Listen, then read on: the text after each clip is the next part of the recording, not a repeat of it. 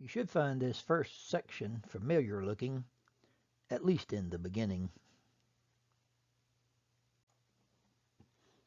To solve this linear equation, we'll begin by dealing with the parentheses. Here we're going to be using the distributive property. Negative 4 times 3x would be negative 12x. And negative 4 times negative 5 would be positive 20.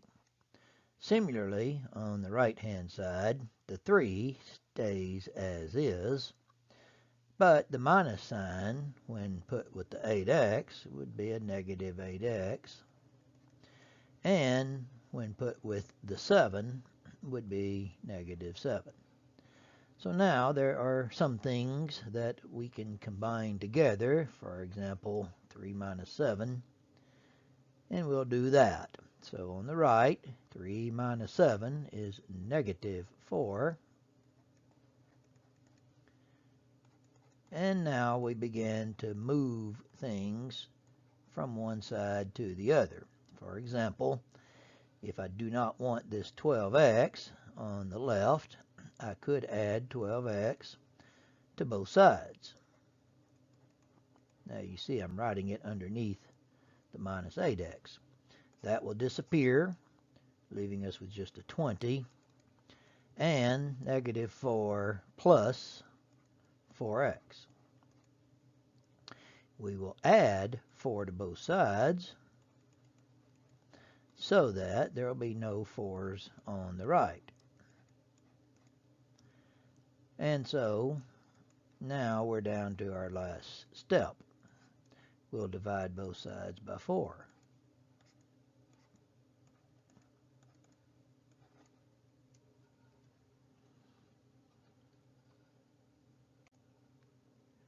And the number one rule for dealing with equations involving fractions is fix it where there are no fractions, which means that we need to find some number that all of these will divide into.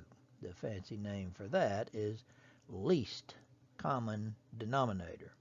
Now technically it doesn't have to be the least, but you can save yourself some anguish if you will use the smallest such number. Now sometimes, like in this one, we can just look at it and figure out what that is. Something that 10, 2, and 5 will all divide into is 10. So we're going to multiply both sides of this equation by 10. So when we do that, over here we'll have a 10 times a 3x plus 6 over 10. Now hopefully you can see what's going to be happening there. And when we multiply here, we will have a 10 times 1 over 2 and x. When we multiply here, we will have a 2 times 10 over 5x. When we multiply here, we'll have a 33 times 10 over 5. Now, 10's cancel, leaving us with 3x plus 6.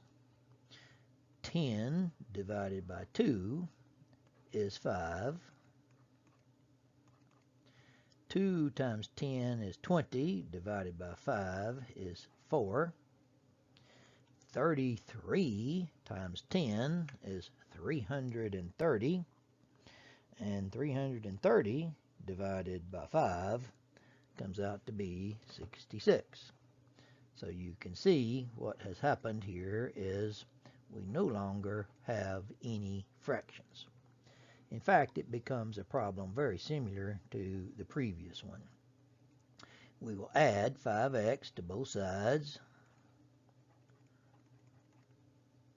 That will disappear. We'll go ahead and finish it. Leaving 3x plus 6 and 9x plus 66. I didn't see the 3x out there when I did that, or I wouldn't have done that. I would have combined them together first. However, since I've already done it, it's no big deal. You can recover just like this. We'll now subtract the 3x from both sides. That disappears.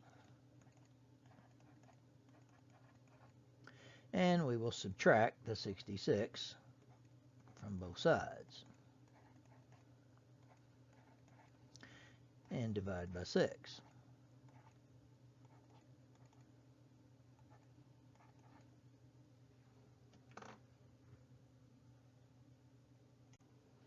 So for this one, I will explain these words as we go. Identity, conditional equation, and contradiction.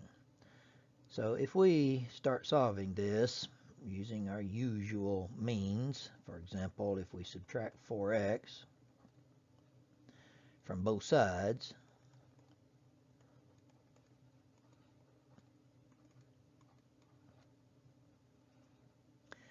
add 9 to both sides,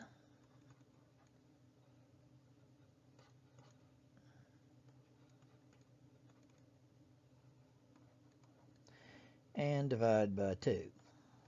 Notice everything works nice and normal. This is a conditional equation. In other words, this equation is true as long as x is 11. So conditional equations is basically what we want to have all the time. These other two is what gets a little strange. Now, I've modified that previous equation a little bit, but the point is we do the same steps we would have done anyway. I see a 6x here. I don't want that 6x there. I will subtract that 6x. But if I subtract it on the left, I've got to subtract it on the right. 6x minus 6x is 0. However, over here, we also have 6x minus 6x, which leaves us with negative 9 equals 13. Negative 9 is not equal to 13. Negative 9 will never be equal to 13. Negative 9 can't be equal to 13. We call this a contradiction. There is no solution. It's a bogus equation.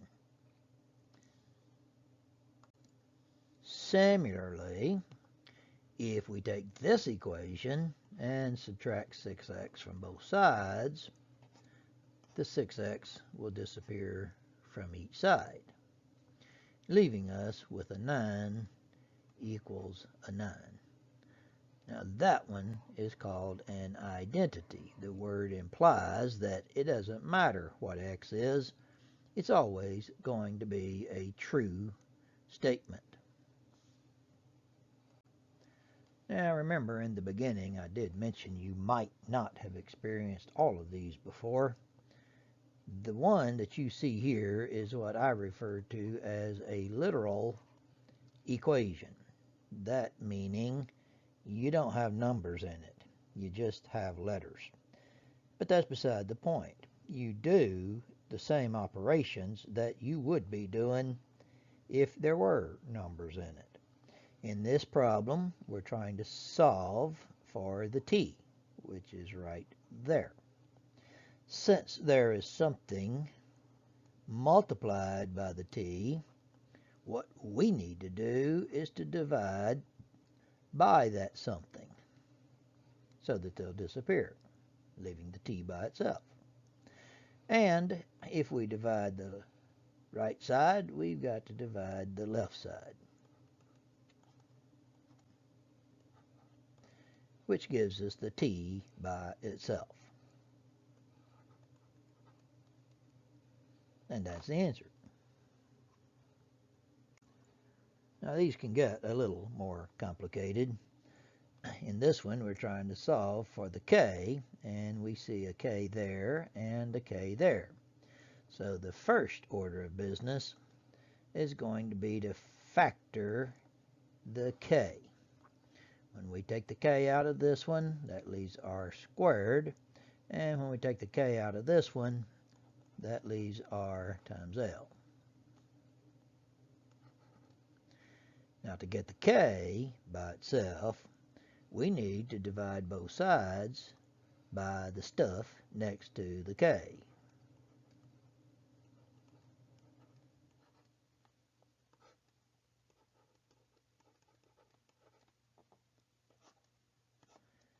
Which will give us our answer.